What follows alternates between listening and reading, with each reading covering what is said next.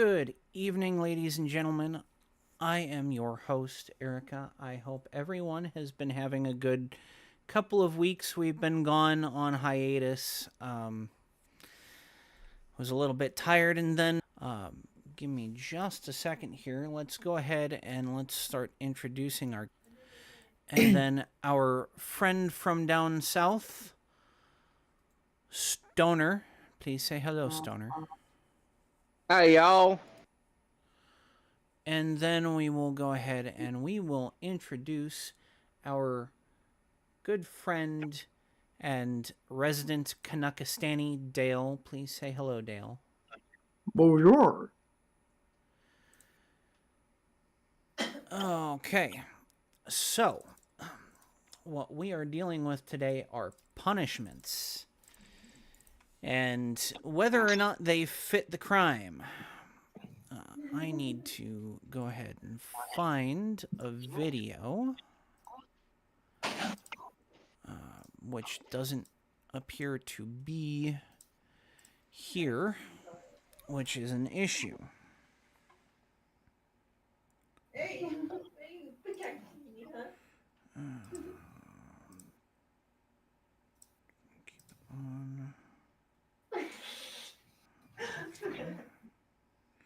And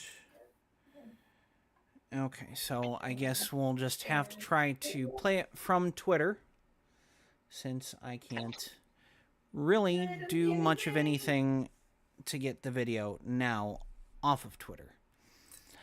So our first one today is hair removal. Is it a fitting punishment in this circumstance? And this was posted by Sav on Twitter, and let me go ahead and read this to everyone. So the post says the punishment should be proportional to the crime. How is this proportional to the crime? You have to look at this from a cultural perspective. In the black community, we're taught our hair is our crown, that it's part of our identity. So cutting one's hair isn't a small thing. Cutting off my hair was one of the most stressful moments of my life, and I did it to myself. I can't imagine someone doing it to hurt me. This kid had locks. That's time, effort, discipline, and personality sitting on his head. On top of that, growing his locks is probably something he and his father did together. The parent builds the kid's self-esteem and teaches him to have pride in his hair, then destroys it. For this kid, he's not correcting behavior, he's destroying his identity. Also, if you're going to punish your child, then do it yourself. You handed your child to a stranger and allowed that stranger to harm him. Then you, the parent, his safe person, laughed at and humiliated him in front of more strangers and then posted it on the internet. The things that stick with you. Dad will see this as a great parenting moment, but his son will remember his dad laughing when he was crying out for help. Stop humiliating your children for views. And this is the video. I'm going to pause this, and I'm going to turn on the volume. This child is sitting in a barber's chair, and they are just taking the clippers right to his hair. There you go. Right. Go it now. Gee. It's gone now. It's over.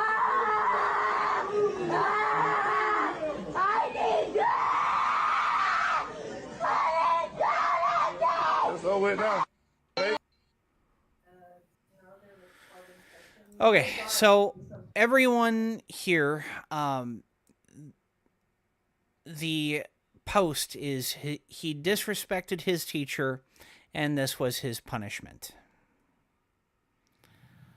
What's everyone's thoughts on this? Well, I think the most absurd thing was the publishing of this in order to humiliate the kid. I don't know enough about black culture to know how important hair is. So I'm gonna pause on the whole punishment of shaving the kid's head, but I'm gonna say that posting a video of your child's humiliate like posting a video to on the internet to humiliate your child is, I'm gonna call it childish. I would agree. But I would go so far as to say removing this child's hair because he disrespected his teacher is, in fact, abuse. It may not be physical abuse. I mean, you are not hitting a child, but you are emotionally abusing that kid. Now, this one comment stood out to me from Galactic Emperor elect Randy. The military starts your training by removing your hair. They do it to everyone. They do it so that everyone is the same. Unless you really do believe in Samson, hair will grow back, the best way to fix a bad haircut. This is a new beginning, time to reset behaviors. And while I understand that to a degree, there's a certain mentality to removing hair when starting boot camp. It is a traumatic experience, especially if you're proud of your hair. But I wanted to go through this because I specifically replied to this person. So Sav continued, said, "Why do people keep comparing this to the military? Going into the military is a choice. You go into the military knowing they're going to cut your hair. You go into the military knowing they're going to break you down and rebuild you. You go into the military as an adult." Valid points. Randy here continues and says, "I'm sure there are a ton of people that don't understand the process of boot camp. What is happening here is very much like what happens in the military. You're right about the tearing down of identity. Kids are moldable. This parent is remolding this kid." Not yet. Here's where I came in. I said the removal of hair in boot camp or recruit training isn't just about removing identity, though. It's about creating a group identity. In this instance, they're simply removing an individual's identity. Changing a person's self-image by removing something without giving them something else to latch onto creates an incredibly traumatic memory. Trauma doesn't allow you to remold someone. It sets a person down a path of further self-destruction, a path that's incredibly harmful to the individual. In this instance, now the child will know not to trust the parent, will likely never seek mental health treatment, and will latch on to any group identity they can, especially if it's destructive. Yeah.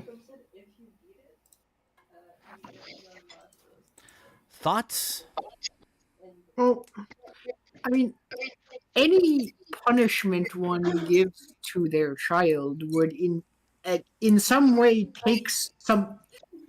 strips them of something they like in order to, I don't know, in order to in some Pavlovian way condition them to not do the thing they're being punished for anymore. So, I mean, what sort of punishment does not in some way strip them of something they identify with? Here's a big thing. We from a young age of our children's young ages are supposed to teach them about bodily autonomy, right? Mm-hmm. And what happens when someone violates your bodily autonomy? I'm not sure what sort of answer you're like. I mean, like What in what is manner? Like, what is a child supposed to do when someone violates your bodily autonomy?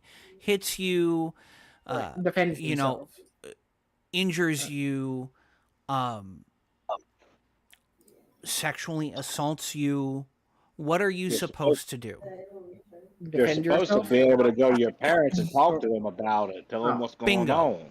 You're supposed to be able to go to your parents and talk to them. Now, Right. you as a child have spent time putting effort into your image. Your self-image is something that you build and your parents are supposed to build alongside you. Right? Mm-hmm. Yep. Okay. So someone has spent time building up their kid. Someone has spent time teaching their kid how to take care of their hair. And then that very same person violates that child's bodily autonomy.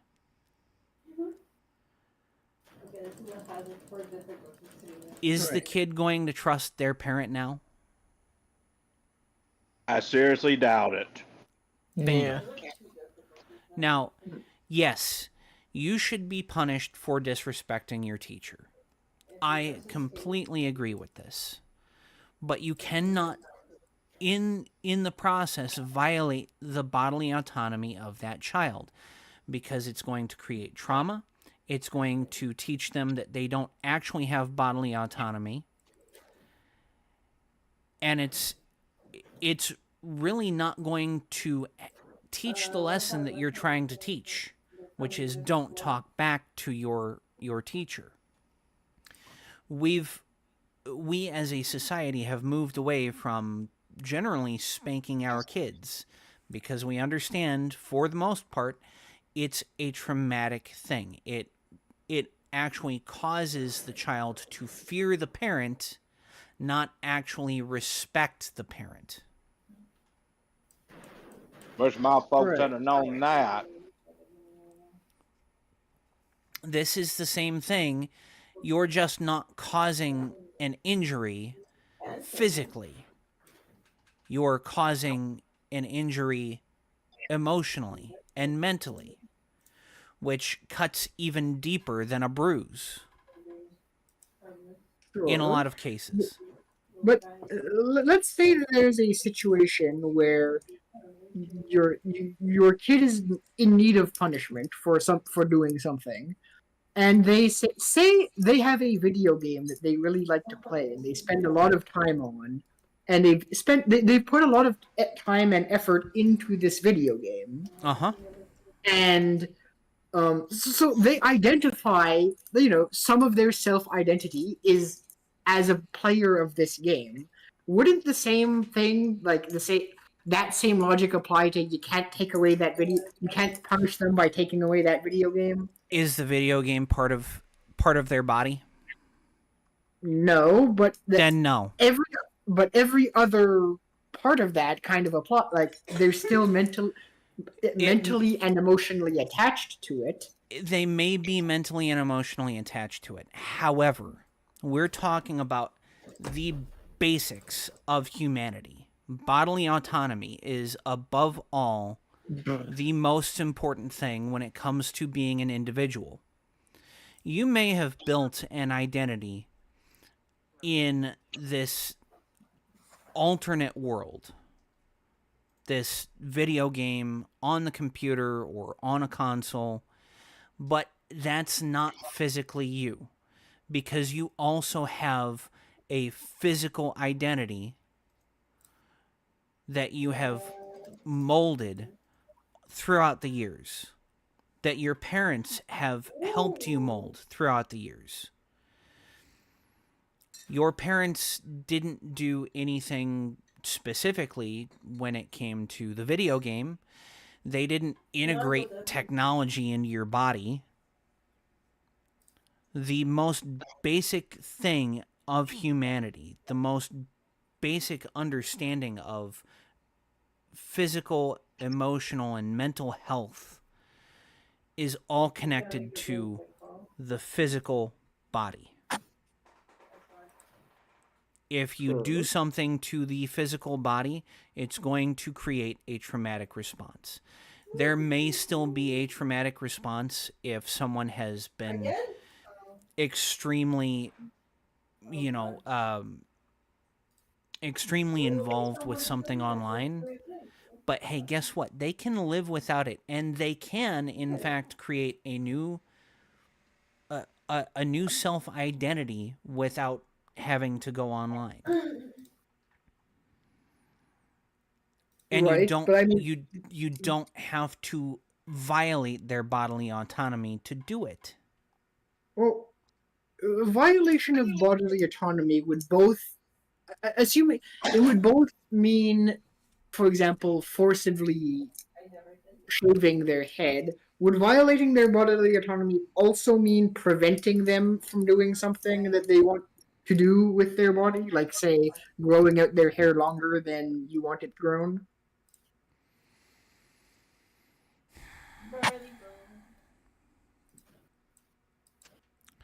Would it? Preventing them from continuing to grow out their hair. Yes. Yes, that would be violating their bodily autonomy. Would that also extend to say preventing them from getting a piercing or a tattoo? You're now getting into something that is of high Well, risk, of yes. higher risk. It's something that actually comes with risk that kids don't understand. Dale, I was gonna Yeah. say, this is basically what my mom did, if you remember. She was What? against my hair. She wanted to cut it. She was Yeah. complaining and yelling at me, as Yeah. was my dad. She wasn't really doing it to punish you for something bad, though. She was doing it because she was generally insane, and this is When a Yeah. pattern of generally insane behavior so from. when it comes to tattoos, piercings, body modification, there is a certain amount of risk that goes with it. Disease, infection, things of this sort.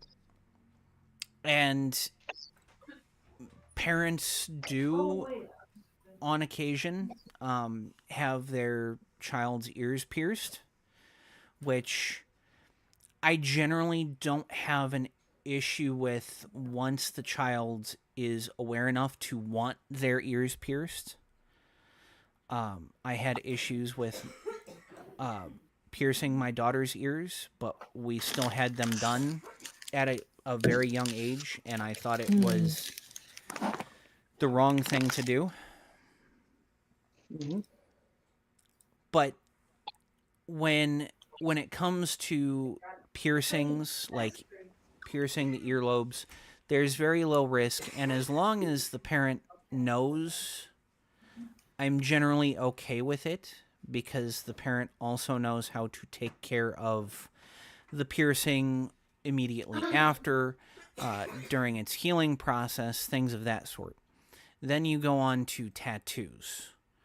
These carry a higher risk. Um, you generally need to vet the artist. You need to make sure that they're using uh, clean materials, clean needles, and this is something that's going to be on the body forever, which a kid probably isn't going to understand. So you as a parent have to weigh the risks because the child can't. There are other things that a kid can do with their body that comes with much lower risk that they would probably understand, like removing hair.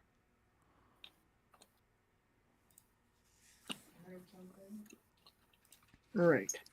I don't think it's a good one-to-one comparison when you're comparing the removal of hair to tattoos, piercings, and other body modifications. Right. Well, sure, it's not necessarily a one-to-one comparison, but it does kind of um go to the point that, in general, parents have some degree of control over the bodily autonomy of their minor children. Um, They do have certain control. Yes. but only so far in as when it comes to risk. Children under 18 can't understand risks.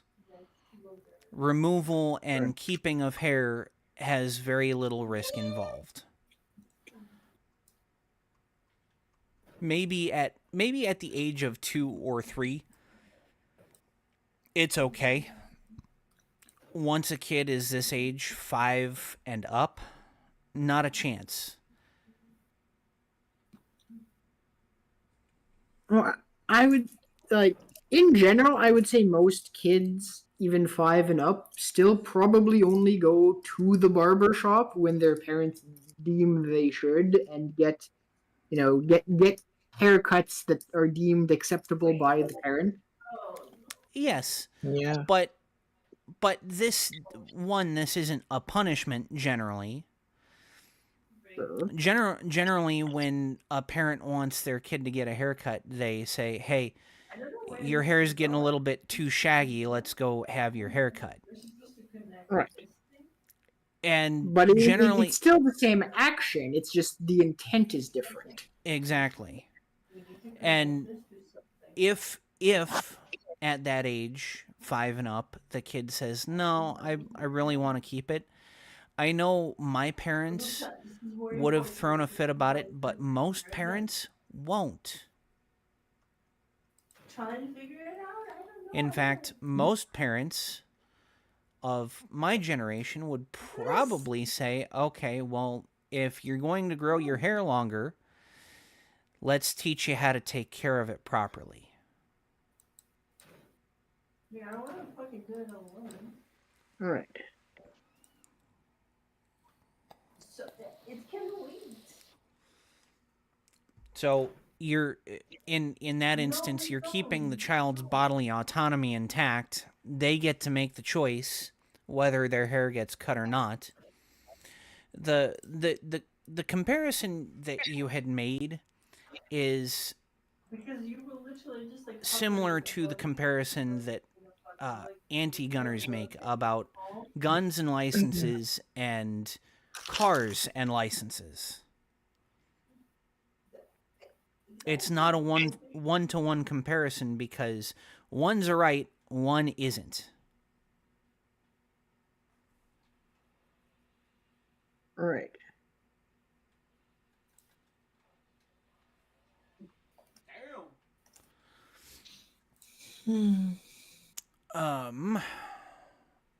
Okay, so that took up a good 20 minutes of our time.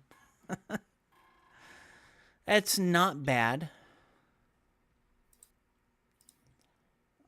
It's also not awesome, but we are going to get into something else.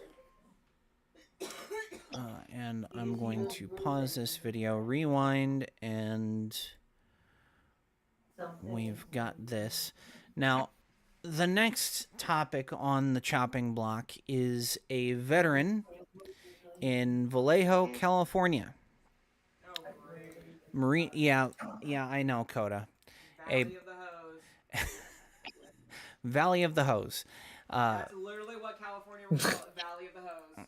Yeah, so we have a Marine Corps veteran, and I'm going to read this tweet before I show everyone the video. This tweet is a one-for-one copy of the actual article that's cited in this. So February 1st, 2019, Vallejo, California. Marine Corps veteran says Vallejo cop assaulted him for filming traffic stop, which is, if you watch it after reading this, you understand immediately that it was, in fact, a First Amendment retaliation. A U.S. Marine veteran and filmmaker says he was assaulted by a Vallejo police officer and suffered a concussion just for filming the officer from his front porch on January 22nd. Adrian Burrell, 28, posted video of the encounter to Facebook this morning and provided it to Bay City News. He has retained civil rights attorney John Burris, who called the case egregious and said the officer's use of force was unnecessary and unreasonable. Vallejo police did not immediately respond to a request for comment. In an interview, Burrell said he was relaxing in his home at about 3:15 in the afternoon that day when he saw his cousin outside on his motorcycle with his hands up. Vallejo officer David McLaughlin was crouched behind the door of his patrol car, pointing his gun at Burrell's cousin. Burrell stepped outside onto his home's porch on Byron Street. He said his cousin was wearing a motorcycle helmet and couldn't hear the officer and walked toward McLaughlin, saying, "Hey, he can't hear you. He has his helmet on," according to Burrell. McLaughlin yelled at Burrell to go back in the house. "This is concerning. I better film this," Burrell thought. Excuse me. So Burrell, still standing on his front porch, took out his phone and began recording the incident. In the video, McLaughlin, with his gun drawn, says to Burrell's cousin, "Why you taking off like that?" Twice. Then looks at Burrell, who is on his porch, and says, "Get back." Burrell says no. McLaughlin says, "Get back," again, and again Burrell refuses. Then McLaughlin says to the man on the motorcycle, "Keep your hands where I can see them. Keep your hands right up," holsters his weapon and walks towards Burrell. "You're interfering with me, my man. You're interfering. You're going to get one from the back of the car." "That's fine," Burrell says. McLaughlin appears to begin handcuffing Burrell. "Stop resisting me or I'm going to put you on the ground," McLaughlin says. "I'm not resisting. Put me on the ground," Burrell says. Eventually, the camera swings around and lands on the ground. Burrell said that McLaughlin mashed his face into a wall and swung him into a pole. He applied the handcuffs so tight it broke the skin on his right hand and left his fingers numb. Burrell said McLaughlin then put him in the patrol car and asked if he was on probation. Burrell said he is not on probation and has no criminal record. Eventually, Burrell asked McLaughlin if he could be handcuffed in front as he had injuries from being in the military. McLaughlin then told him, "Oh, you're a vet? You sure weren't acting like one," according to Burrell. But Burrell says McLaughlin told him that he would let him go because he was a veteran, thanked him for his service, and let him out of the car. Burrell said he then went to the hospital and was diagnosed with a concussion. He is still seeking treatment and says his fingers remain numb from the handcuffs. Burrell said he was in the U.S. Marine Corps for 4 years before he was honorably discharged in 2012. He now works as a filmmaker. "I've never been in a situation as a grown adult where I felt someone had took my humanity away like that," Burrell said. Okay, so that's the gist of it. But let's go ahead and start this video.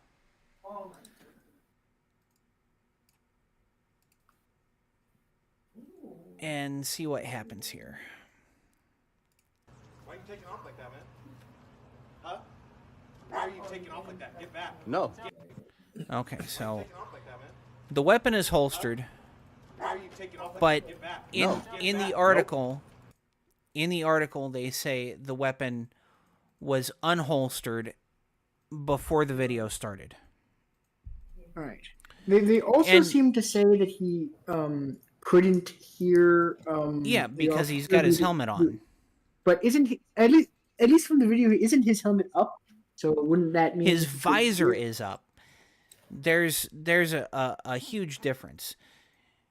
You've on a motorcycle helmet, not only does it make sure most of your head is secured and your neck braced, but it holds on to the area around your ears. If you can't hear anything with the visor down, you can't hear anything with the visor up. Oh. Because sound can't travel well through that padding. But here's the thing. The cops stopped him because he took off fast. You have to assume that he stopped him because he took off fast. Why then did the officer draw his weapon and point it at the cousin that's on the motorcycle? There's absolutely zero reason to believe that he's armed and dangerous. Correct. So that right there is an excessive force claim. Mm-hmm. Because you just threatened deadly force for no reason. There's a traffic infraction, quite possibly. That doesn't mean jack squat when it comes to deadly force. A traffic infraction does not equal the need for threat of deadly force. He approaches him. He's got his hands up. He's now told Burris to back up. Burris is nowhere near. He is nowhere near close enough to be interfering.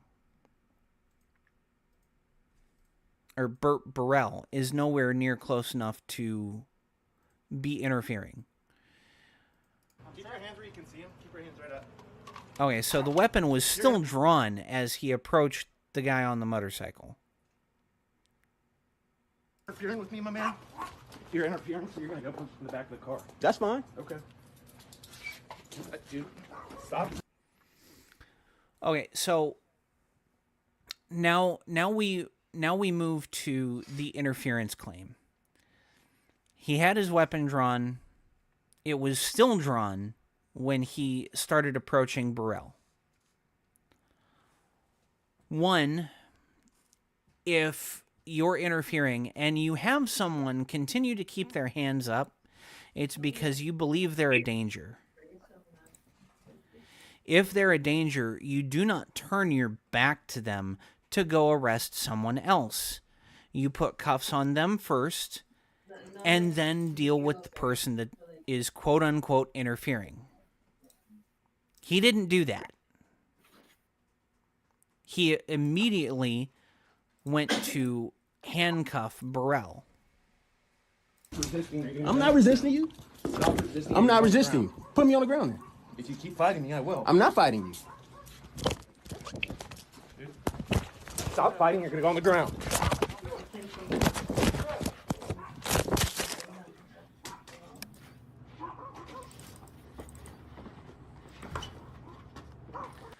That's basically the entire video. This was most definitely a First Amendment retaliation case.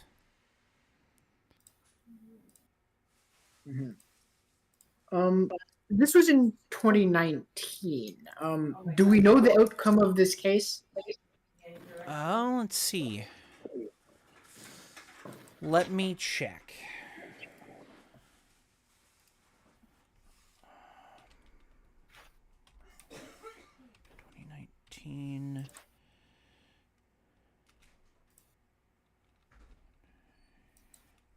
I don't got him. There was a filing from 2021. Let me go ahead and pull this up. You almost folded. Okay, so this is the filing. It is Securities and Exchange Commission. Oh no, it needs to be built.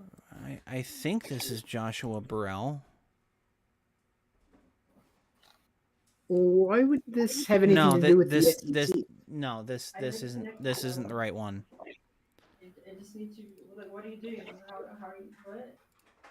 Burrell What are 20. you connecting?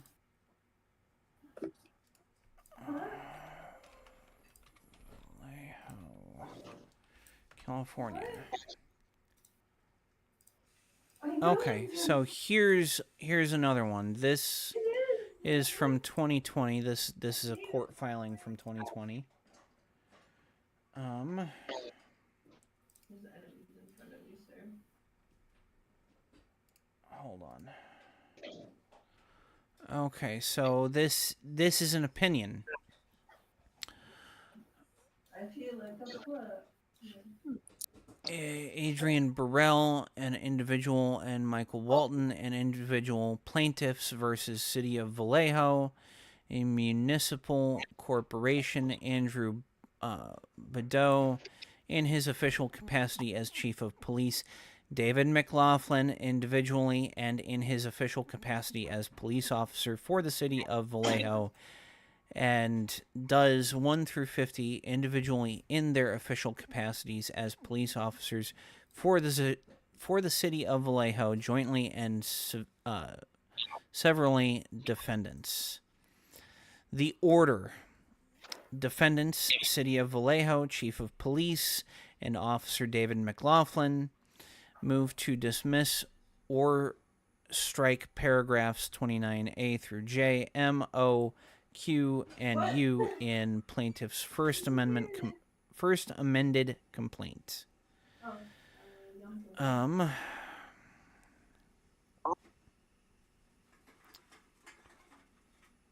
the way, don't ever move No. with your All right. So apparently, the city ended up paying him $300K. I'll post the article here. Yeah, it looks like they lost a motion to strike when they tried to get the complaint stricken. It is therefore ordered that defendants' motion to dismiss or strike portions of paragraph 29 of the First Amended complaint, and the same thereby is denied. Within 10 days from the date this order is filed, plaintiff shall file an amended complaint striking all allegations against defendants Badeau and McLaughlin in their official capacity. Yeah. It looks like the city ended up settling with him after that.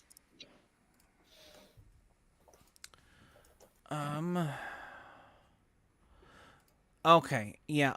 So there's the Fox 2. Vallejo to pay $300,000 to Stanford grad tackled while recording police. Yeah. The city of Vallejo has agreed to pay $300,000 to a man who was tackled by a police officer that he had recorded making a traffic stop. Adrian Burrell, a Stanford graduate, filmmaker, and United States Marine Corps veteran, had filed an excessive force lawsuit against the city's police department after being brought to the ground by Officer David McLaughlin in 2019. Interesting. So apparently, this isn't the first excessive force settlement involving McLaughlin. Apparently, the city had agreed to pay $270,000 to settle a lawsuit with someone named Santiago Hutchins the year before, where McLaughlin held Hutchins at gunpoint while off duty in a parking lot outside a pizzeria in August of 2018. This is not a good cop. No, and they're generally not good cops in California. Right. Let's see. Burrell was handcuffed and released without being arrested. Listen, if you put handcuffs on someone and put them in the back of your squad car, that, by any and every definition, is an arrest. Whether you transport them to the prison or not doesn't change anything. That has become a custodial detainment. They are in custody, which means they're arrested.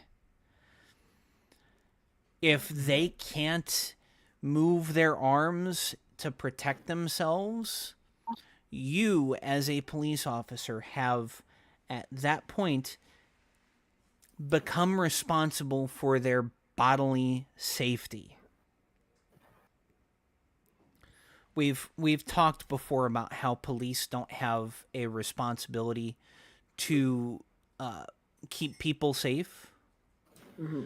But there are instances where cops must keep people safe, and it's when they're within custody.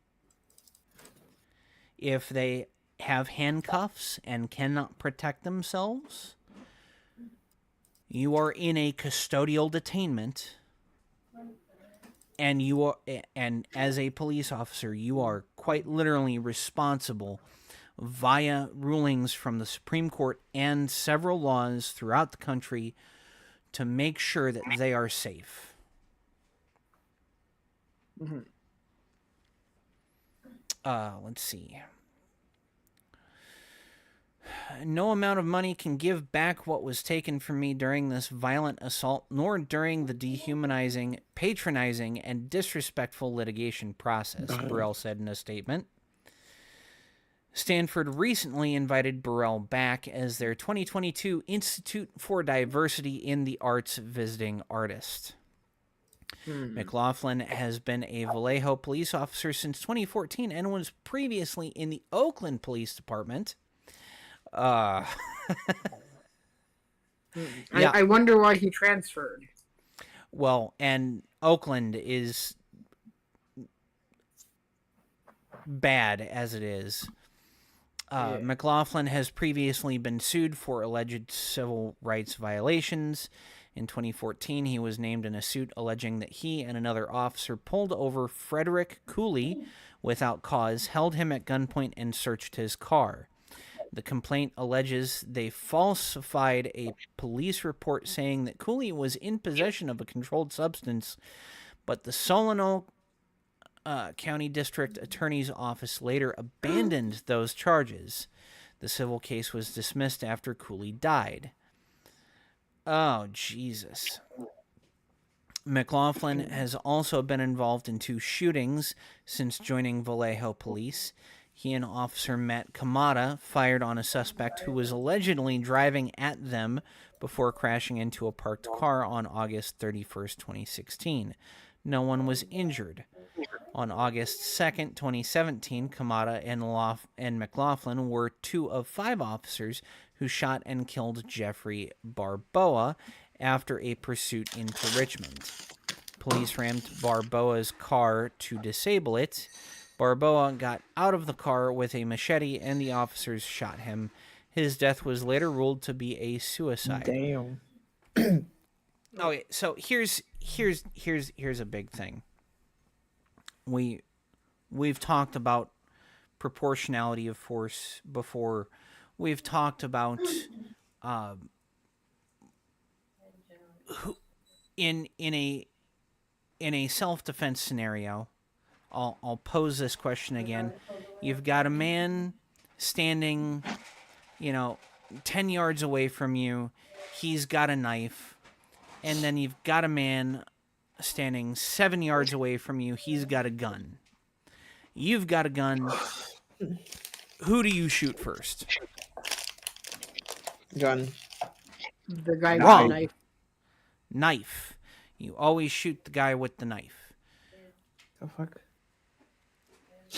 You can close the distance of 10 yards very quickly. Yes, you can close the distance very quickly, and in such a short distance of 10 yards, the deadlier threat is in fact a knife, because But you can just knife, dodge that. you can just dodge Good that. luck. Listen, Yeah, I've good luck seen. dodging bullets. Do you know? Oh, you've never heard about this. The chances of someone, even an officer, hitting you at close distance, if they've never shot someone before, is extremely low. 1 in 7. Huh. Do you know how often officers hit their target when they're shooting someone? Even trained officers that have shot people. How much? 1 in 8 rounds hits. They miss 7 out of 8 shots. That is abysmal. Yeah. Now contrast that to how many people miss attempts to stab someone. It's much Very easier to few. stab someone at close range. Well, and when it comes to things like knife wounds versus bullet wounds, you want a bullet wound over a knife wound.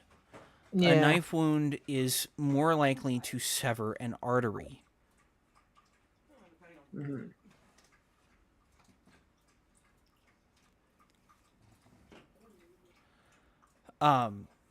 So in this instance where, the guy got out of the car with a machete and the officers shot him, yeah, That I sounds justified. I get it. But, if you're constantly in these use of force situations, I don't doubt that you as an officer are using or threatening deadly force when it's not needed. Yes. And when it's in fact excessive. Yes. Bad cops can still be involved in justified shootings. That doesn't mean they're still not bad cops. Well, I mean, look at the what's that St. Louis case 2014.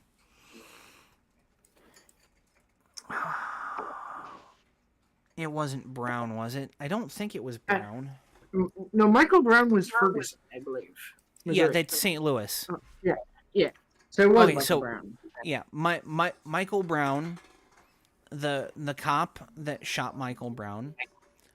From all of the evidence that was released, the shooting was justified. He did not he was not turned around. He didn't have his hands up.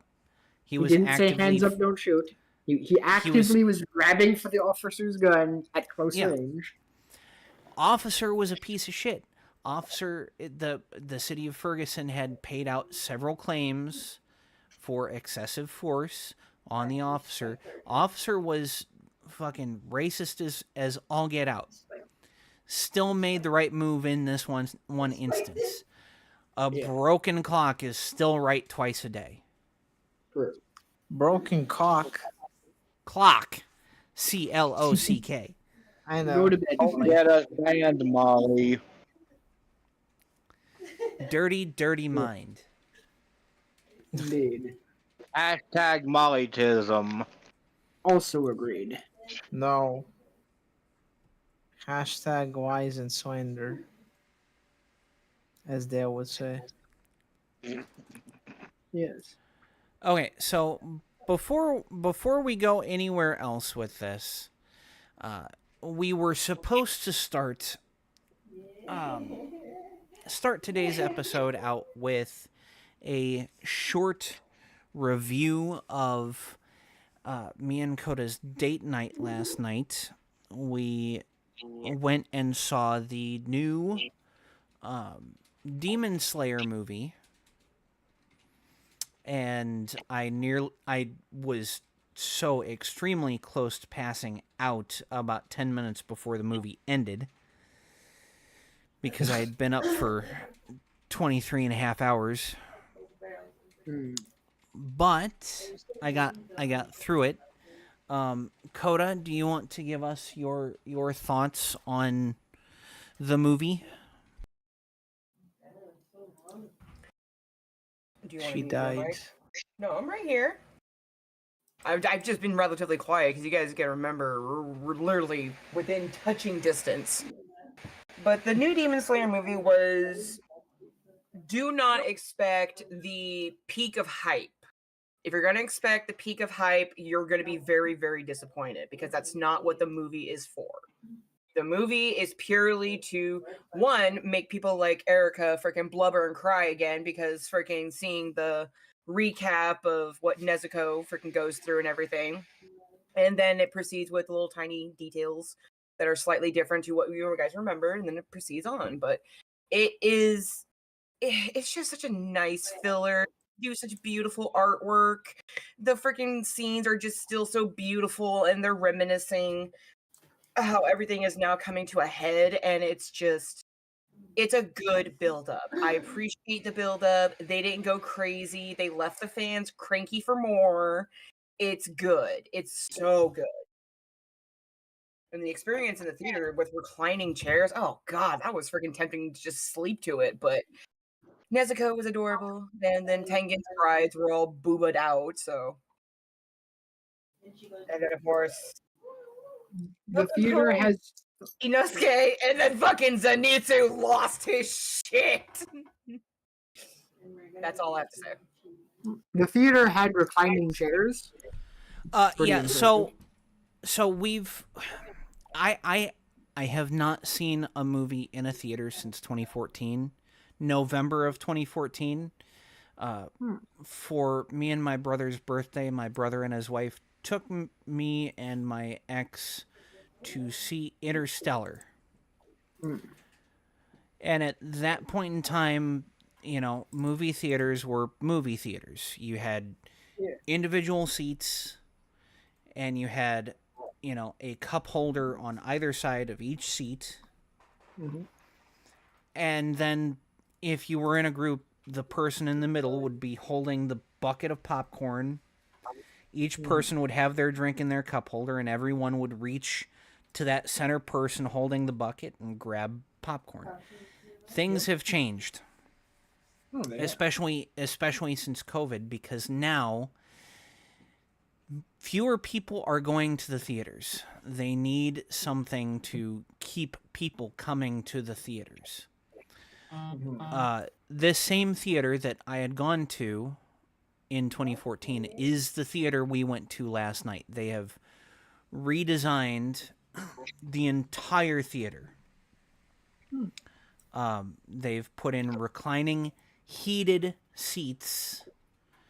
So the theater is no longer, a frozen, barren wasteland. They no longer have just the concrete under the chairs. Everything is carpeted now.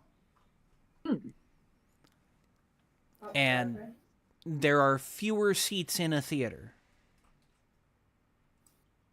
But you're paying for the comfort. We spent $120 last night. Oh wow! Between the Wait, tickets and the concessions. How much were the tickets? The tickets were $60, and the concessions were another $50.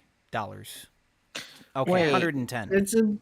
That's a far cry away. If I remember going to a theater like $10 a ticket. Wait. You need to pay like a ticket to enter and then pay for your seats as well. Well, sort of, because of COVID, all of these theaters have moved to reserved seating. So when you buy a ticket, you're reserving a specific seat. You don't buy a ticket and then reserve a seat. You reserve the seat, and that's part of your ticket. But do they have like different prices for different seats now? No, they don't. Alright. But they still do like $10 tickets, but those are for matinees, early in the afternoon. And of course, I have this horrible quirk where I can't see an anime in its original language the first time I watch it. So I have to see it dubbed, not in the original language with subtitles. And the only showing this weekend was the one the only showing of the dubbed version of this was the one we went to last night.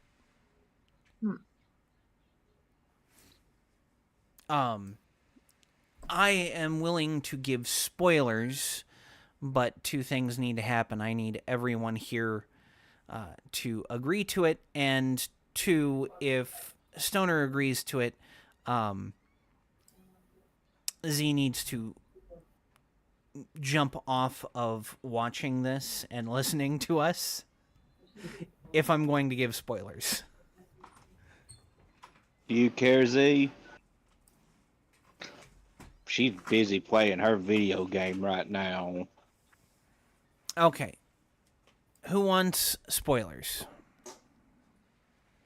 I don't mind either way. I don't care. What's that, Coda? Neither do I. I think based on the fact that you're streaming, you shouldn't, because it's not just you that your group you're spoiling it to. Then it's anybody who watches it. Yeah, well, I'll preface it. Yeah. Okay, so, spoilers. The movie is nothing new. It doesn't give us any information that we don't already have. Generally, it's the last episode of the Swordsmith Village arc and the first episode of the Hashira training arc. But there are some fun parts of the new season in the first episode. So Nezuko no longer has her bamboo muzzle. She is now able to talk. She's still relearning how to talk. She can imitate things that people say. So at the end of the last season, she just kept saying, "Thank goodness. Thank goodness." In the first episode, around the time that Zenitsu comes back from a mission, Nezuko has been spending most of her day with Inosuke, and Inosuke has been teaching her to say his name. And we all know Zenitsu has a huge crush on Nezuko. So when he comes back and he sees her, she starts saying, "Welcome back. Welcome back. Welcome home. Oh, welcome home. Sorry, welcome home." And after like the third or fourth time of saying "welcome home," she says, "Welcome home, Inosuke," and Zenitsu loses his absolute shit. Loses it completely. Z says that she has a problem. What? I don't know. She's typing it in right now. And then the master of the Demon Slayer Corps, he is on his deathbed. He can't get out of bed. He is extremely weak. His wife has taken over as Z says, "Just lost all feeling in hand." Oh, Jesus Yeah, Christ! that's what I was fixing to tell you. We're probably going to have to jump off here in a minute.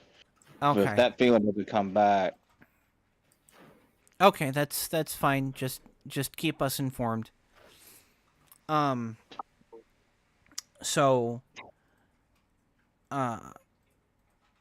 the master's wife is now relaying all of the messages, all of the missions.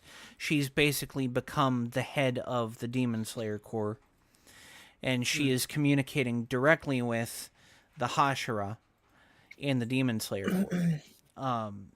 On top of this, sightings of demons are going down. And the Hashira are going to take advantage of this time, and instead of doing what they've always done, where they've been on the front lines and only been teaching one student at any given time, they're going to take the entire Demon Slayer Corps and train them. Each individual Hashira is going to take a class of Demon Slayers and teach each class, which is going to be an interesting thing. Let's see here. Besides that, there's nothing really new that we don't already know.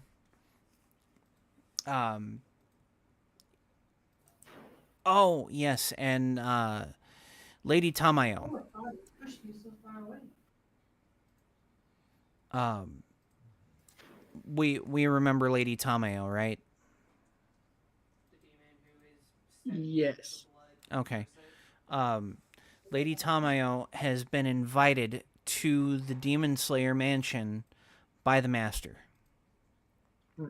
to help work with one of the characters on understanding Nezuko and her ability to do conquer the sun and to do all of this without ever having consumed any blood.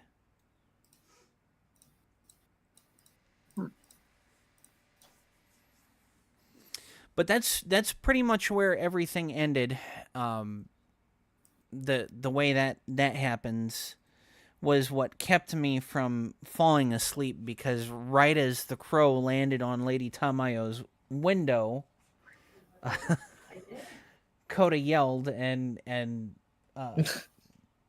she she made sure that I didn't fall asleep. She didn't even know that I was dozing off. You fucking avoided one hell of a spousal fight. I know I avoided a spousal fight, and I'm glad that we got through it and I didn't fall asleep, but I was so stinking close.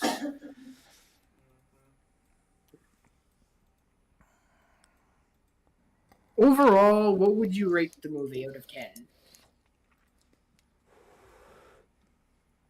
Just as a lover of the series, I would rate it an 8. There's not really any action. It's think about a filler between 2 seasons. Filler introduction. Yeah, filler introduction. So I mean, you've seen the end of the last season. You're seeing the beginning of the next season. Pretty much all of the action was right at the beginning of the movie, because it was the end of the last season. And that's how Demon Slayer always is. The most action is right at the end of a season. Right. So beginning of the movie was all of the action, and then you've got all of the workup for the next season at the end of the movie.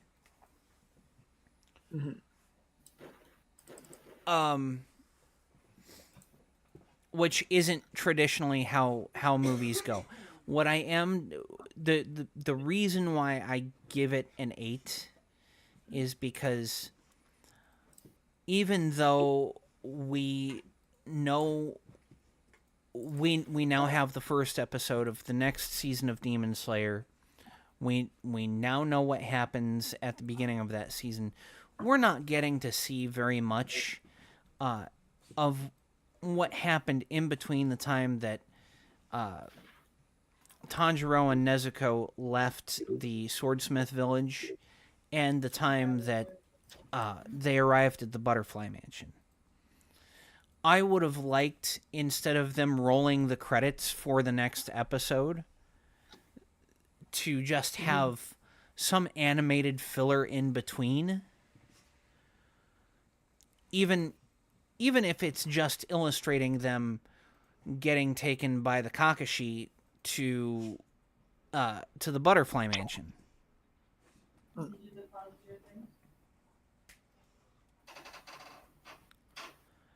That's the only thing that I had any issues with.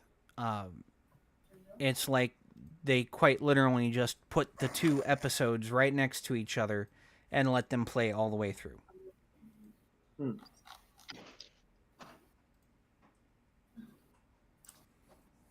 Which isn't how you do a movie. Correct. There are unfortunately a lot of anime movies that kind of do that. Yeah, but I mean, they turned the entire second season of Demon Slayer into a movie. The Mugen Train was the second season. It was the Mugen Train arc, and it's not like they put all of the episodes together and just let it run through. They put all of the episodes together and cut out, all of the credits at the beginning of each episode. So there's no recap, there's no credits. It's just the entire story playing all the way through. They could have done the exact same thing with this.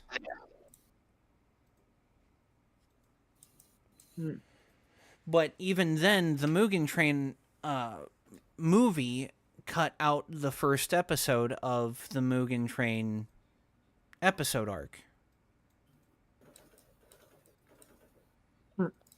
The first episode of season 2 was Rengoku actually investigating the Mugen Train and the rumors around it before the movie even started.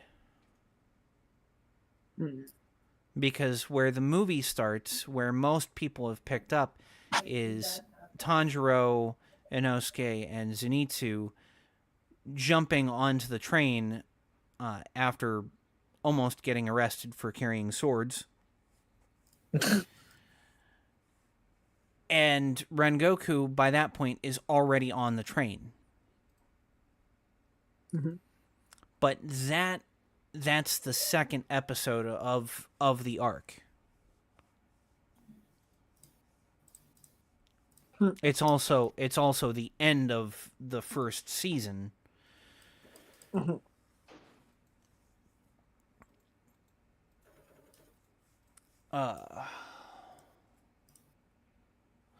Okay.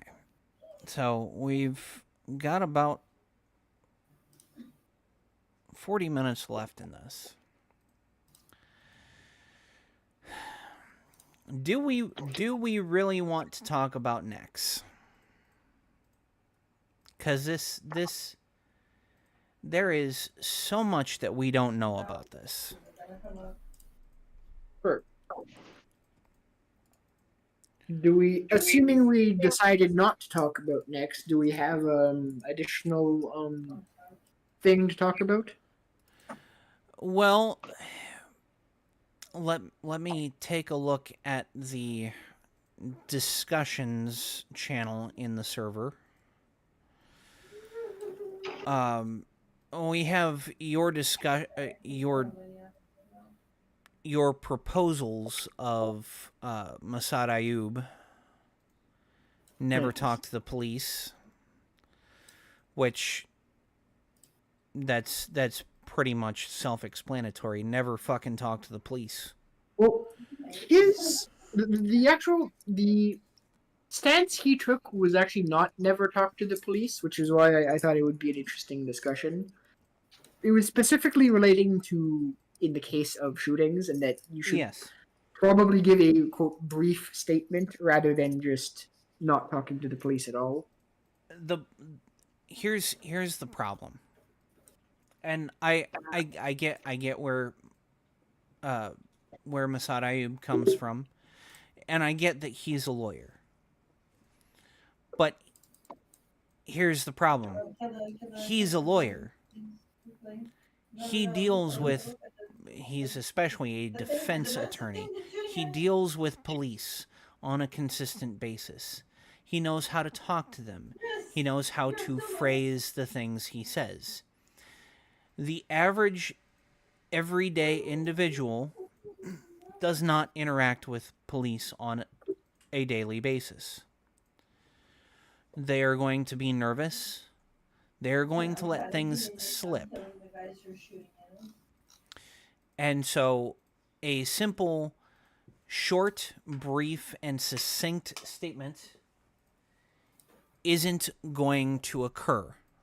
Someone's going to say something because cops are asking questions and they shouldn't have. Right. But the other hand, say that a cop shows up after a defensive shooting has occurred. There's a person with a gun and there's a dead person, and the person with a gun refuses to elaborate or like. Chances are that person's going to be arrested just because cops don't know that it's a defensive. Like cops have no idea. All they see is a dead person and a potential perpetrator of the killing Yes. of the person. And That- I get this, but at that point you're still going to be better off not saying a thing. Because here's how this goes. You shoot someone and cops arrive to your house. Now, in the time between shooting someone and the cops arriving, you should have done a couple things. First, you should have called an attorney. You should have spoken to an attorney. There are services that are 24/7, and if you subscribe to one of those services, then you should also have them on the phone when the police come to your house. When the police get there, if you haven't called them, your best bet is to not say anything other than I'm armed or I was armed. Tell them where the firearm is so that they can secure it, and don't say a word beyond that, because during the investigatory phase of all of this, they're going to pay very close attention to the things you say, especially if they've got body cam footage. They're going to play it back over and over and over, and that's going to go into their report. And then if you go ahead and you say something while they're on scene immediately after the shooting, you are on record. What you've said is now on record. And if, God forbid, in your next interview, you say something that doesn't fully line up with what you've already said or with what they think you've said, you are screwed. Your best chance is always to have your defense attorney present. If your defense attorney is on the phone, if they're monitoring the situation at the time that the police get there, that's fine. You can give a statement, but your lawyer needs to be present in some way, shape, or form.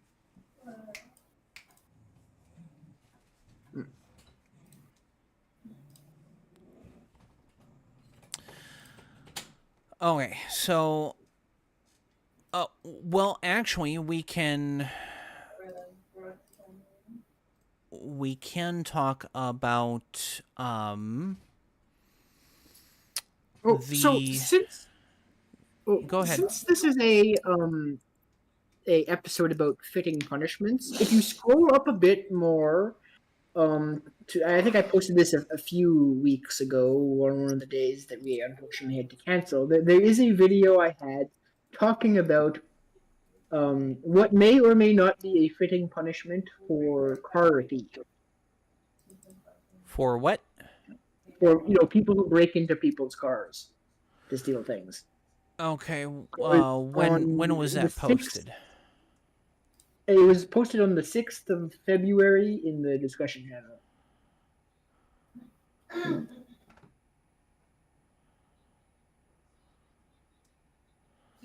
The Michael Cernovich? Yeah, it's a video, I believe. This is the only time that this ever Okay. Okay, so this is a Cernovich post saying, I support the death penalty for breaking into cars. Here's why. We had a plumber scheduled to come out.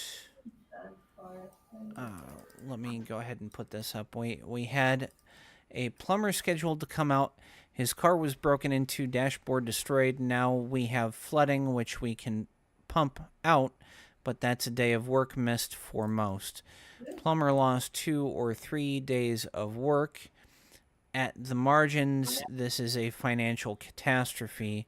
We are making a choice. We are choosing criminals over workers. Wait. Oh, no, no. Okay, let's go ahead and listen to it.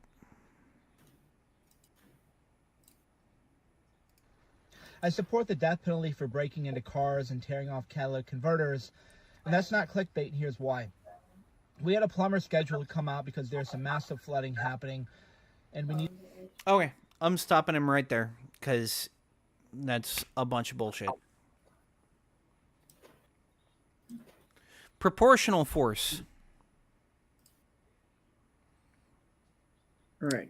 Is there a direct threat of death or great bodily harm? Are you going to lose a limb because someone broke into your car or destroyed your car or took off your catalytic converter? No. Bingo. No death penalty.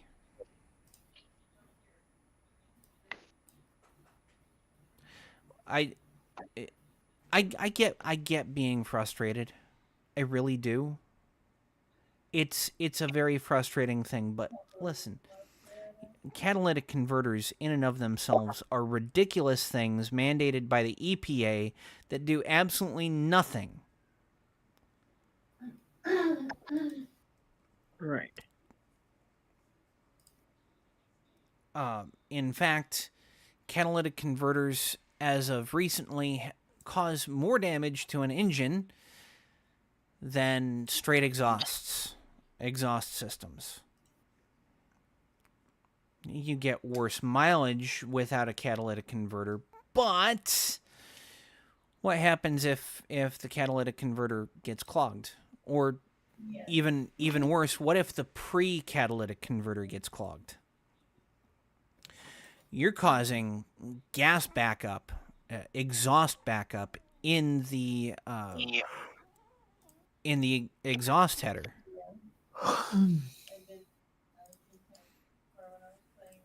Okay, I'll let him continue. Needed him to replace some pipes. He's not able to, so we had to get a water pump to pump it out, which I was able to do, but that meant that I didn't have to go to work. But since I have a laptop job, what's the big deal? Well, the big deal is I remember people like my dad were at the financial margins, could not afford to miss a day of work, right? People can't afford to miss a day of work.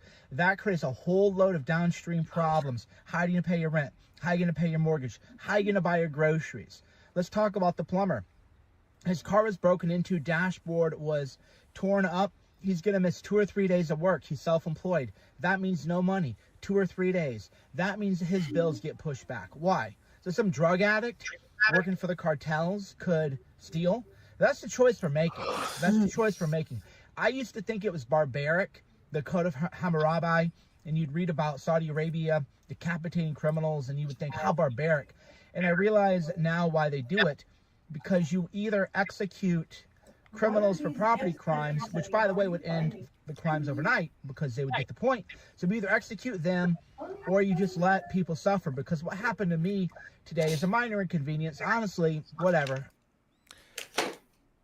Okay, so I get where he's coming from. Yeah, it's an inconvenience. It's upsetting. It's financially straining, especially for people of low income. I get it. But it does not equal death. And in fact, what you're advocating for is a police state in which we kill anyone and everyone that has inconvenienced you.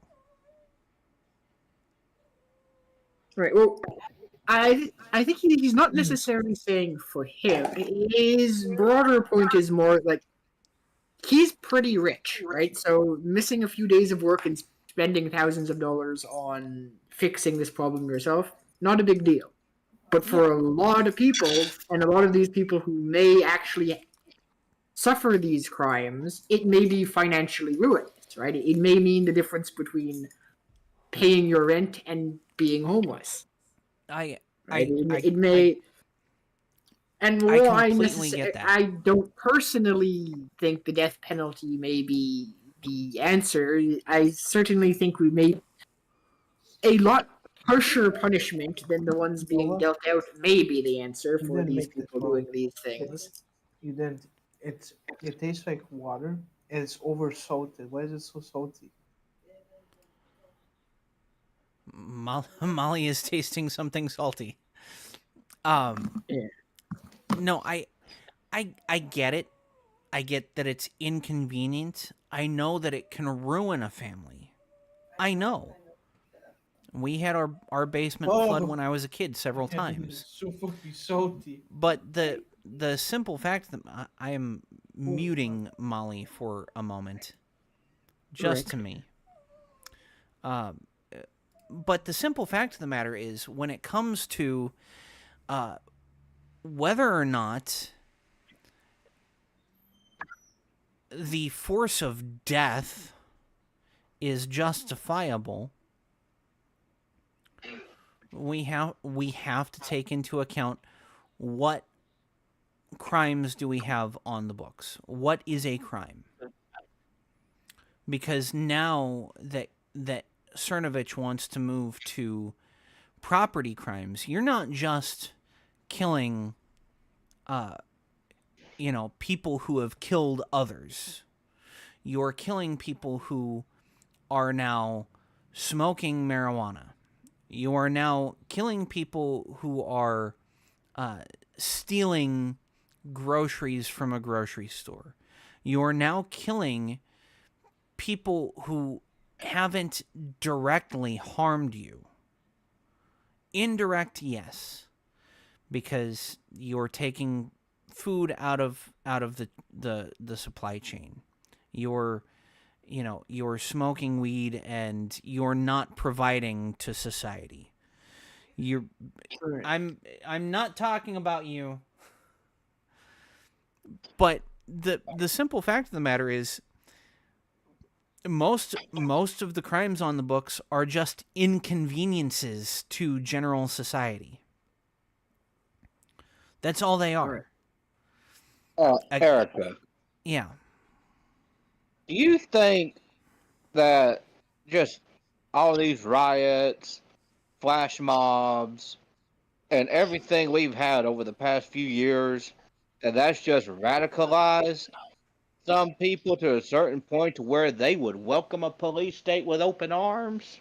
I have no doubt that it has radicalized people to welcoming a police state. I mean, look at Matt Walsh and what's the other one from the Daily Wire? Ben Shapiro. No, not Ben Shapiro. Michael Knowles. That's him.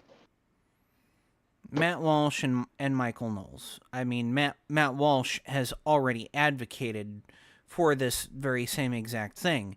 Death penalty for drug dealers. Death penalty for drug users. Matt Walsh is crazy anyways. Simple fact of the matter is, most crimes on the books in this country are just inconveniences to the rest of general society. Speeding, we're getting to the point where a traffic infraction is going to get you killed. I don't think anyone was advocating, death for traffic. It was specifically for like destruction of property of, I guess, of people. Yeah, but once you make that crossover, from actually directly harming another human being into indirect harm to the society, to an individual, you have now opened the floodgates for the death penalty to any and every other crime, regardless of it being a major inconvenience or a minor inconvenience.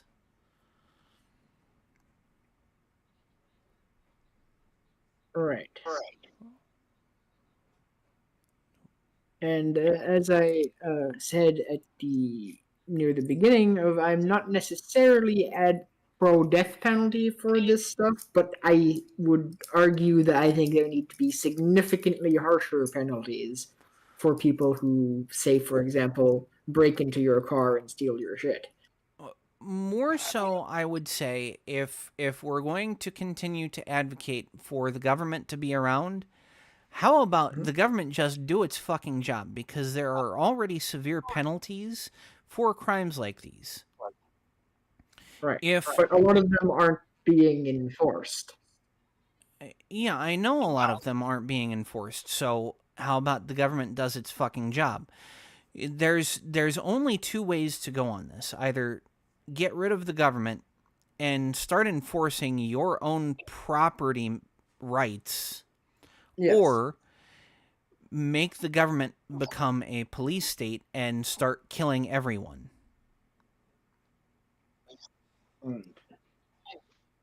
I mean, if the government isn't doing its job, why do we want the government to become more authoritarian?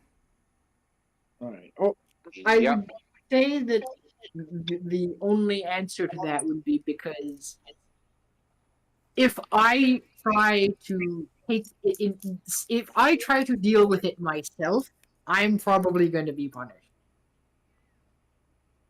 Right? Like Yeah, I'm very much all for getting rid of the But- government, and then just if someone tries to break into my car, I shoot them. That seems like a fix to the problem. But if we got rid of the government and you shot someone, hey, guess what? There's no government to punish you. Right. Here's That's what I mean. If government was not punishing me for defending my property, I'd be very happy. But they do. Yeah. So again, why do we have government if it's not doing its job? If it's punishing a victim and not punishing the perpetrator? I agree.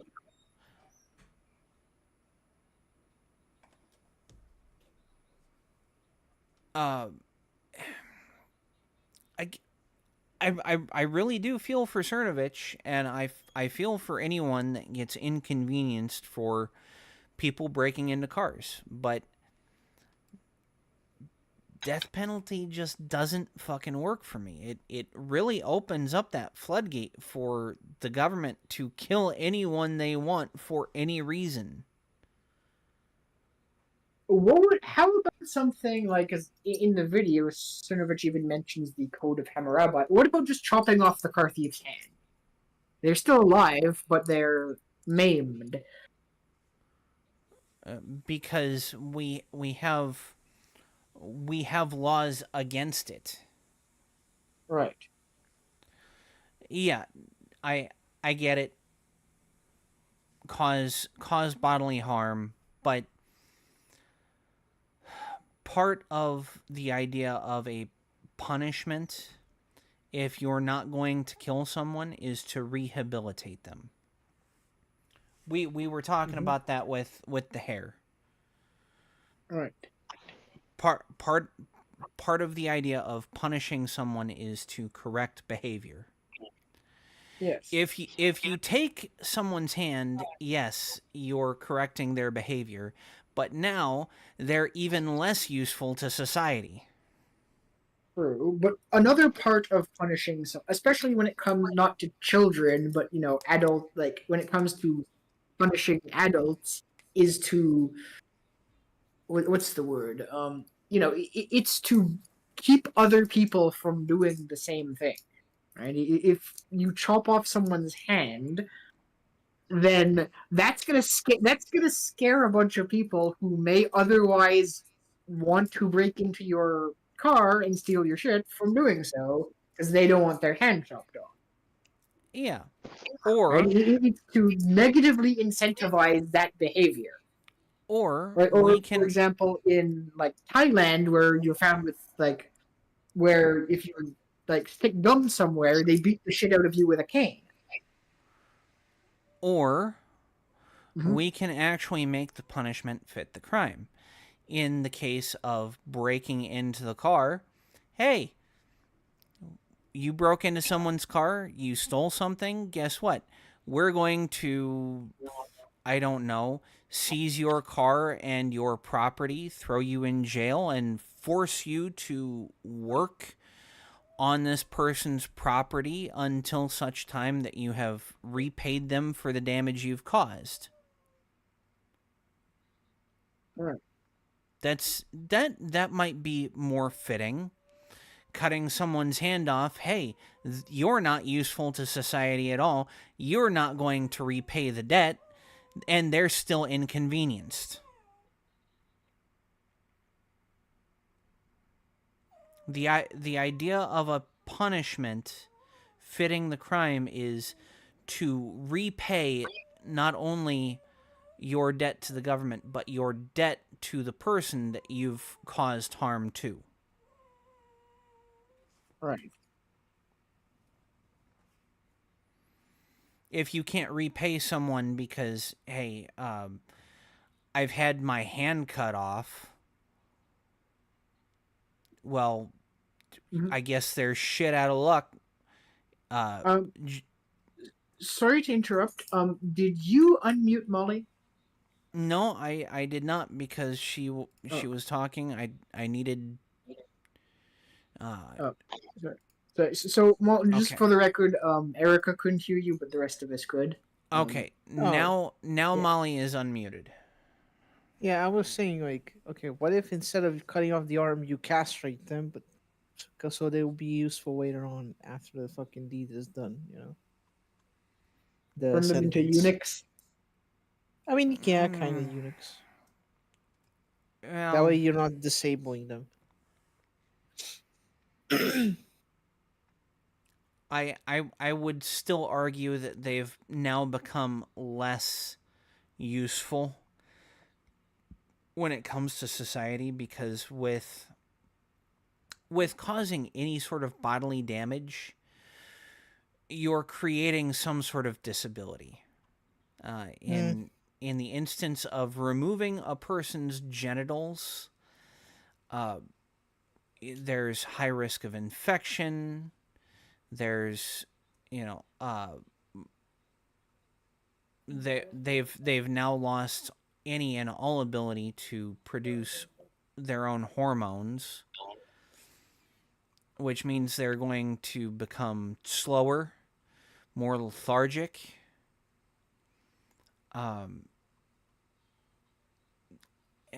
I I don't think cutting off any part of a body as a punishment is fitting, except for in the case of rapists.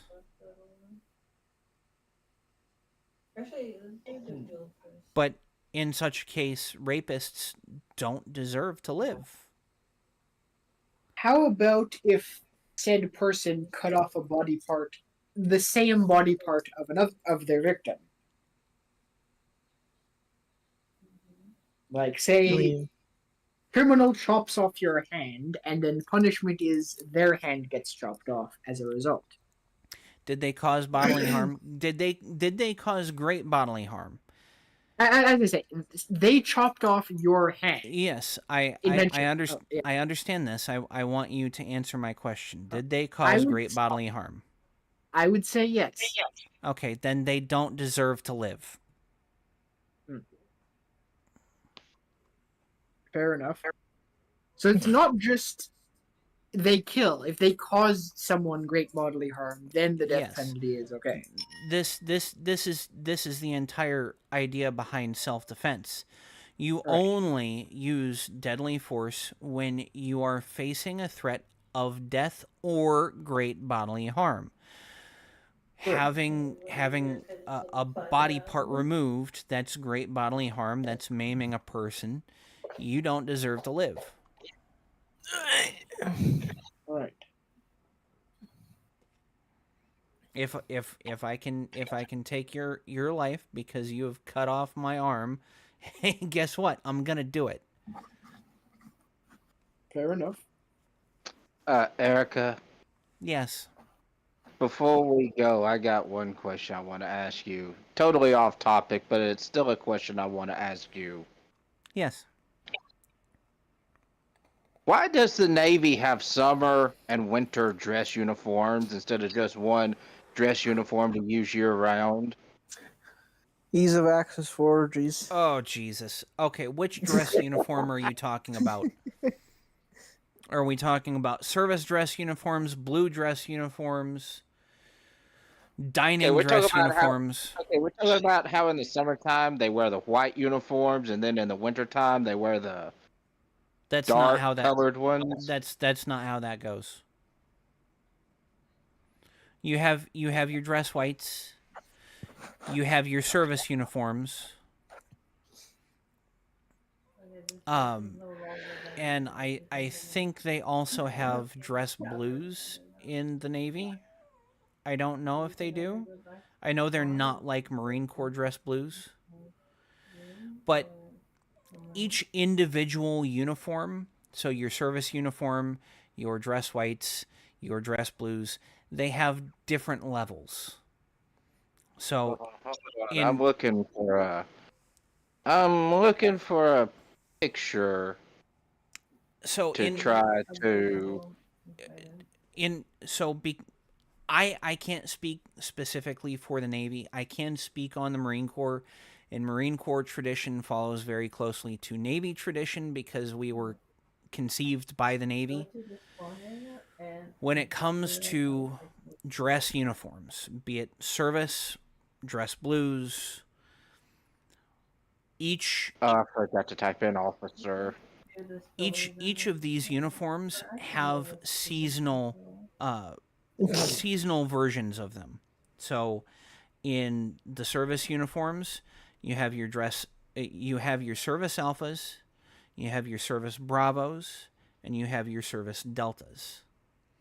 The service alphas, you are wearing the service jacket with a khaki long sleeve t-shirt, a tie, all over a white t-shirt with your olive your olive service trousers.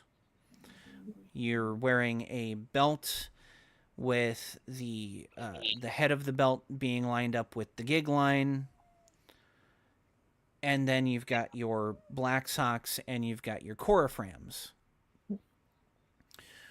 But then you move to the service bravos. You take the jacket off and it's the exact same uniform. You've got the khaki shirt, the tie. You've got a tie clip. You've got your green your green service trousers, the socks, all of that. Then you move to the service Charlies. These are the summer uniform. You have a short sleeve khaki t-shirt, no tie, white undershirt, green khakis, black socks, coriframs. All of the dress uniforms follow that same general idea. You've got a high form dress, then you have a winter version, and you have a summer version. You do not have individual uniforms, one for winter, one for summer. You have one set that can traverse both seasons. Yeah, that's kind of what threw me off, was how they're called summer uniforms and winter uniforms. And I was like, why do they do that? No, it's invincible. Yeah. No, So it's the it's the same thing in the Marine Corps. So say our utilities. When I joined the Marine Corps, we had our camis. You know, That's you an had instant the kill, by the way. cami blouse, you had the cami trousers, you had the boots, the socks, and then in the winter, you would be sleeves down on the cami blouse, but in the winter or but in so in the winter you'd be sleeves down. In the summer, you'd roll your sleeves up because it's hot out. You Why don't would you want to put be that on wearing now your when I was sleeves doing it? all the way down and heating up even more. At the same exact moment, Each I came to a individual conclusion. uniform has its own seasonal version. Okay, I'm done. In fact, All right, I finally got the picture I was looking for. let me see if I can pull this up.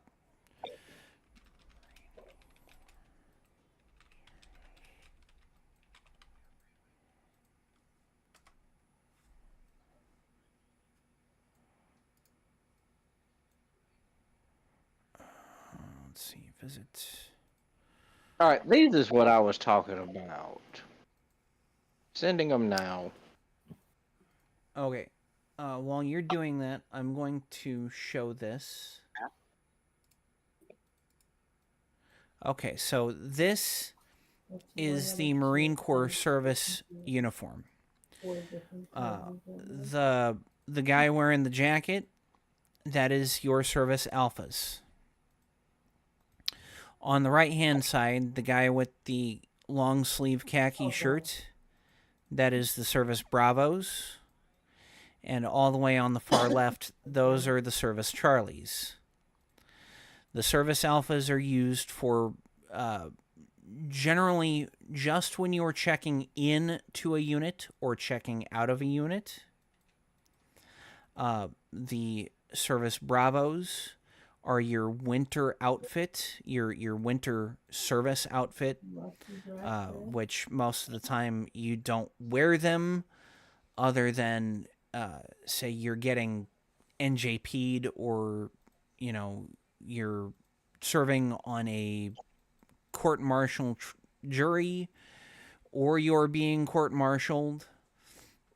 And then on the left, same thing, but this is for summer. Short sleeve shirt, short sleeve khaki shirt, trousers, belt. Same thing. You only wear it during certain situations. Okay. You released something. Okay, so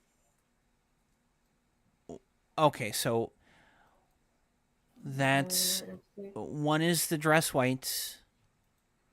The dress whites are for formal celebrations. That's the one on the right. Let me open this in the browser. Okay, so on the right you've got the dress whites. These are formal situations like meeting a diplomat, going to a formal dinner.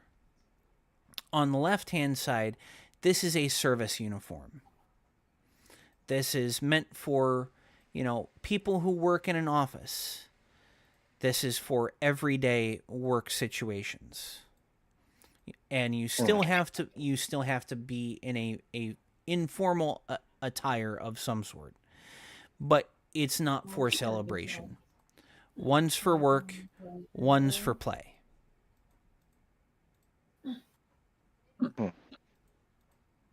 Yes, we've been very lucky for some reason. It seems that the Navy at least has cooler hats, whereas it seems only one of those pictures of the Marines actually had like a proper hat. whereas it seems the Navy Okay, has. so what you're talking about is the formal cover. They're not Yeah. hats, they're covers. Oh, And then you've got the piss cover. right, like the one on the far left. Yes. The piss covers are for general duty situations, and in most cases you're not ever going to see a Marine wearing the formal cover. Not even when they're checking into a duty station.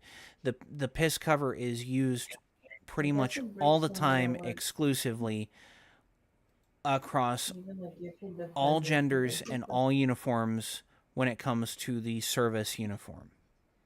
Even in service alphas, I never wore the formal cover in my service uniform. But when it comes to dress blues,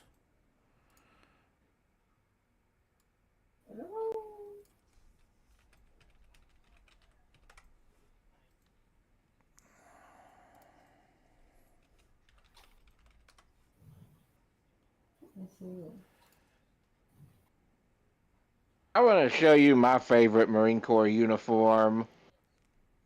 All right. Give me one moment. okay, so when it comes to dress blues,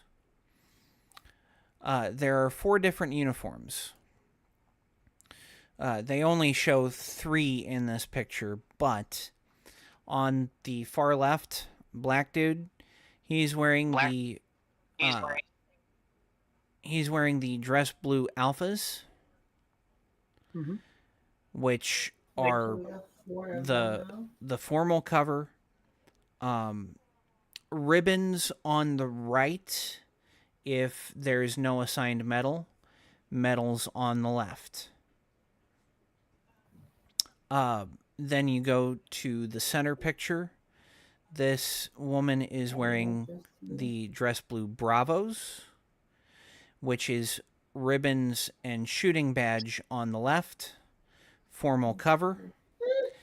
And on the right-hand side of this picture, that looks to be the dress blue Charlie's, which is no,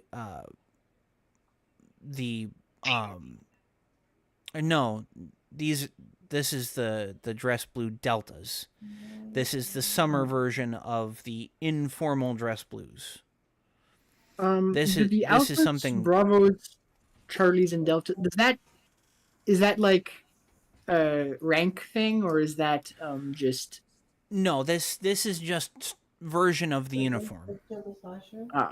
So every Marine has all of the accessories that they need to turn a uniform into a specific version of it. So every Marine is issued the dress blue jacket. Every Marine is issued 2 different khaki shirts, a long sleeve and a short sleeve. Every uniform is issued a formal cover. And then, when it comes to the version, you just swap out different things to turn it into the Alphas, Bravos, Charlies, or Deltas. Oh. So like the Alphas and the Bravos, for this guy, it would be the exact same cover, the exact same jacket. The difference between the two is if he's wearing the Alphas, he has ribbons on the right, medals on the left. I don't know. You can And the only time he'd wear ribbons on the right is if they don't have a corresponding medal.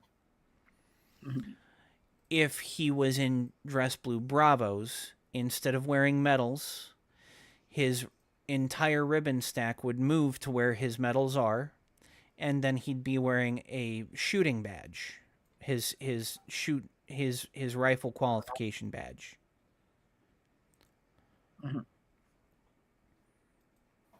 Is wearing medals a thing that is only done in the more formal uniforms, or do people who have The the medals also wear them in the more informal uniforms? the only time in the Marine Corps that you wear medals is in your dress blue alphas. That is the Hmm. only time, and it's pretty much only done Maybe. Actually, during wait. a Marine Corps Was the birthday liquid celebration. there or Hmm. I never wore What? medals. Hmm. What is a Marine Corps birthday celebration like? is the liquid fig Um, there or is it Asinine. just Hmm. I went to one of them full or in there's more than 2010. It was an early birthday celebration. Um, the uniform is uncomfortable, and Marines act completely a fool because there's a bunch of drinking both before and during and after. Hmm. Someone is asleep.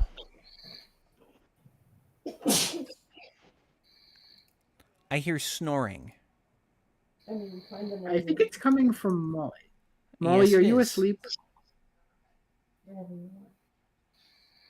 Molly is asleep. Interesting. Okay. Well, that Well, good night, is Molly. that is it for the day. I will. Hey, before y'all go, check what Yeah. I put in the chat, please. No. Let's see. 1895 Lee Navy rifle used by the USMC during the defense of the American legation during the Boxer insurrection. Very nice. And up above is the uniforms the Marine Corps had back then. Hmm. just pick somewhere. Yes. Um. No. Oh god, is the double And the barrel? old stuff had more flair. It's two of them. Mhm. That's Army. Oh, that's Army? That's Nah, an that's Army Marine uniform. Corps. That's from a movie. Hold on, let me check something. USMC LEGAT. Oh When man. when was the U.S. Marine Corps created? 1775. November 10th, 1775. Oh, so it's a rather old, it's a very old branch of the Army, No, it's not a branch or of of the the Army. military. Yes. It's a branch under the Navy. Right. We have always followed very heavily in Navy tradition. Mhm. But hold on.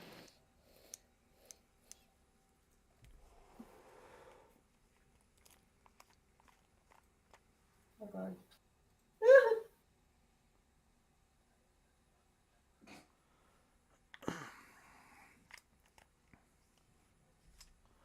All right.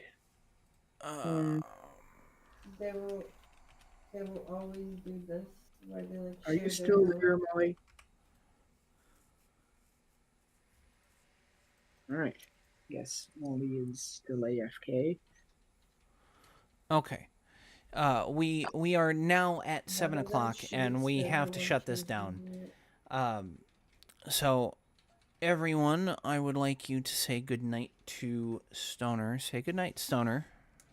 Alright.